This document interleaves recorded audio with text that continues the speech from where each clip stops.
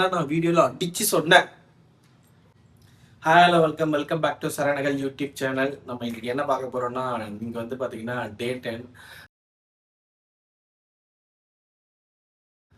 நேற்று வந்து ஃபுல்லா பாத்தீங்கன்னா கார்போஹைட்ரேட்டாக முடிஞ்சிடுச்சு. பட் ஆனால் இன்னைக்கு பாத்தீங்கன்னா கொஞ்சம், ஏன்னா நீங்க வந்து நம்ம வீட்டுக்கு வந்தாச்சு. ஸோ அதனால என்ன பண்ணோம்னா, காலைல வந்து அழகா ஒரு நல்ல ப்ரோட்டீனோட சாப்பிட்டோம். அது வீடியோ தான் எடுக்க முடியல. சரி, சாப்பிட்றத வீடியோ எடுக்க வேண்டாம்னு சொல்லி தோணுச்சு. அதனால தான் வீடியோ எடுக்க முடியல. ஒரு 2 ஓலைக்கு வச்சுக்கிட்டு கொஞ்சோண்டு ஒரு ஒரு கொஞ்சம் வெஜிடபிள்ஸ், அதுக்கப்புறம் பார்த்தீங்கன்னா கொஞ்சோண்டு வந்து மினி இட்லி மாதிரி வச்சுக்கிட்டு சாம்பார் லைட்டாக வச்சு சாப்பிட்டேன். நல்லா ஃபில்லிங்காக இருந்தது. ஆனால் அதுக்கப்புறம் அகெயின் சாரி கைஸ், எங்கள் அம்மா வந்து எனக்கு டீ கொடுத்தாங்க. அந்த இஞ்சி டீ வந்து ஏன்னா ஆஃபீஸில் ஏசி ஓவராக இருந்ததால வந்து எனக்கு த்ரோட் ஒரு மாதிரி ஆகுது. அது இல்லாமல் ஆஃபீஸ்லேயும் கொஞ்சம் நேரம் அப்படியே ரெஸ்ட் எடுப்பேன். ரெஸ்ட் எடுக்கும் போது லைட்டாக பார்த்தீங்கன்னா எனக்கு அந்த டக்குன்னு நோஸ் பிளாக் ஆச்சுன்னா ஸ்னோரிங் மாதிரி வருது. அதுக்கு அதை வந்து தடுக்கணும்னு போராடிட்டு இருக்கேன். தடுப்பேன் நம்புறேன். ஃபியூச்சரில் இல்லை, அப்கமிங் டேஸில் மோஸ்ட்லி பண்ணிடுவேன். அதையும் போராடிட்டு இருக்கேன். இப்போ வந்து பார்த்தீங்கன்னா நம்ம லஞ்சுக்கு வந்திருக்கோம். லஞ்ச் வந்து இங்கே வந்து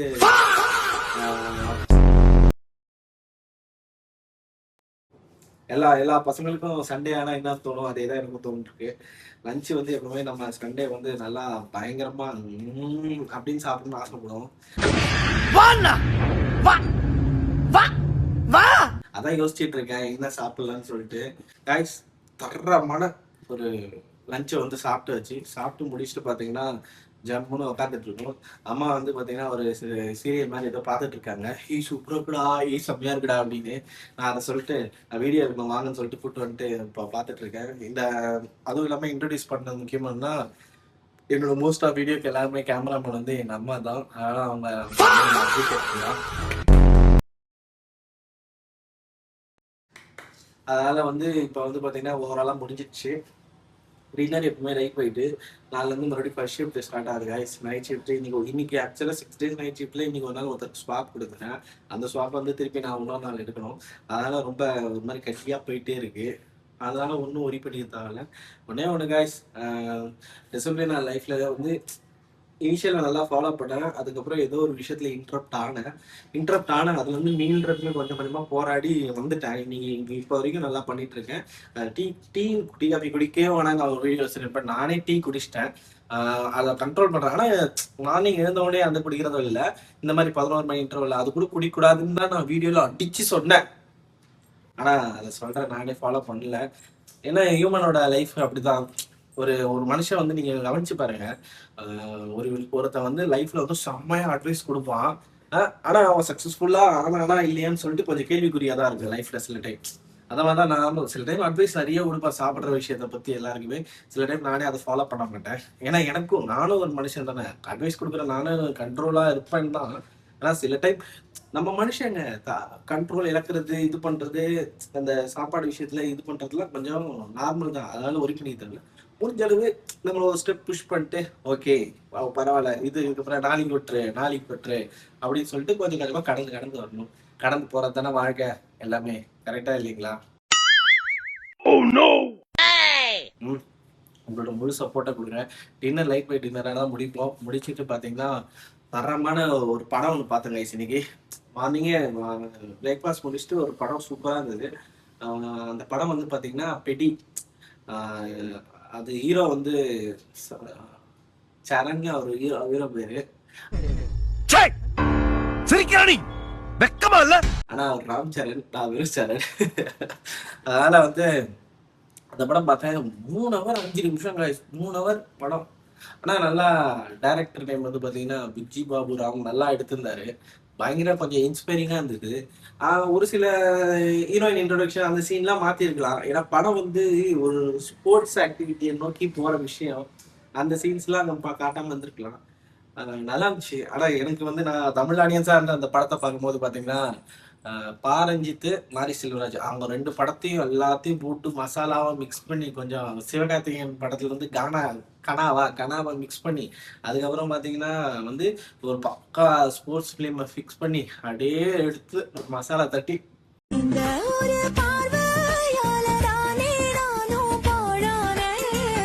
பார்க்காதே பார்க்காதே வெடின்னு ஒன்று கொடுத்த மாதிரி எனக்கு ஃபீல் ஆச்சு.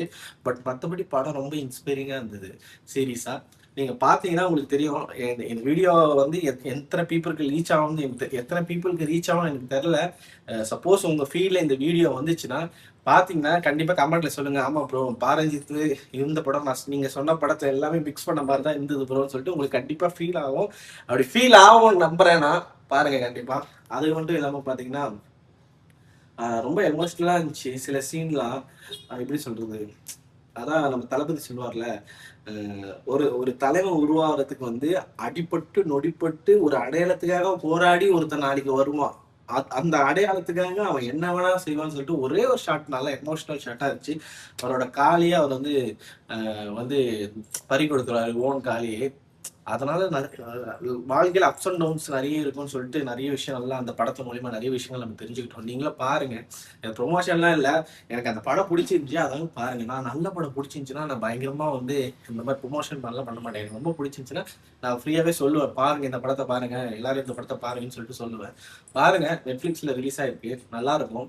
இது எல்லாமே நான் வந்து நான் பார்க்கலான்னு சொல்றேன். இது ப்ரொமோஷன் ஆக்டிவிட்டி எதுவும் இல்லை காய்ஸ், சொல்றேன் காய்ஸ். மறுபடியும் டின்னர் லைட் வெயிட்டாக முடிச்சுட்டு நம்ம வந்து ஜம்முன்னு தூங்கிட்டு நாளைக்கு ஃபர்ஸ்ட் ஷிஃப்ட் வேறு இருக்குது, மறுபடியும் எழுந்து ஓடணும்.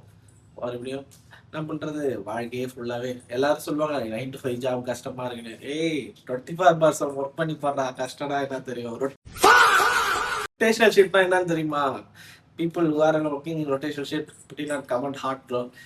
ஏன்னா அவ்வளோ கஷ்டம். ஈஸியாக சொல்கிறாங்க டெவலப்பரு எல்லாம் வந்து 9 to 5 ஜாப்லாம் அவ்வளோ ஸ்ட்ரகிள் ப்ரோ. 9 to 5 ஜாப்லாம் எப்படி தான் ஒர்க் பண்ணுறீங்க? ரொட்டேஷனல் ஷிப்லாம் ரொம்ப கஷ்டம் காய்ஸ். அதெல்லாம் கமிட்மெண்ட் கிரியேட் பண்ணதால தான் ஒர்க் பண்ணிட்டு இருக்கேன். இல்லை ஏதாச்சும் பிஸ்னஸ் ஆரம்பிச்சுட்டு போயிடலாம். பாருங்க, போன வீடியோல சொன்னேன், இந்த வீடியோலையும் வேர்க்குது.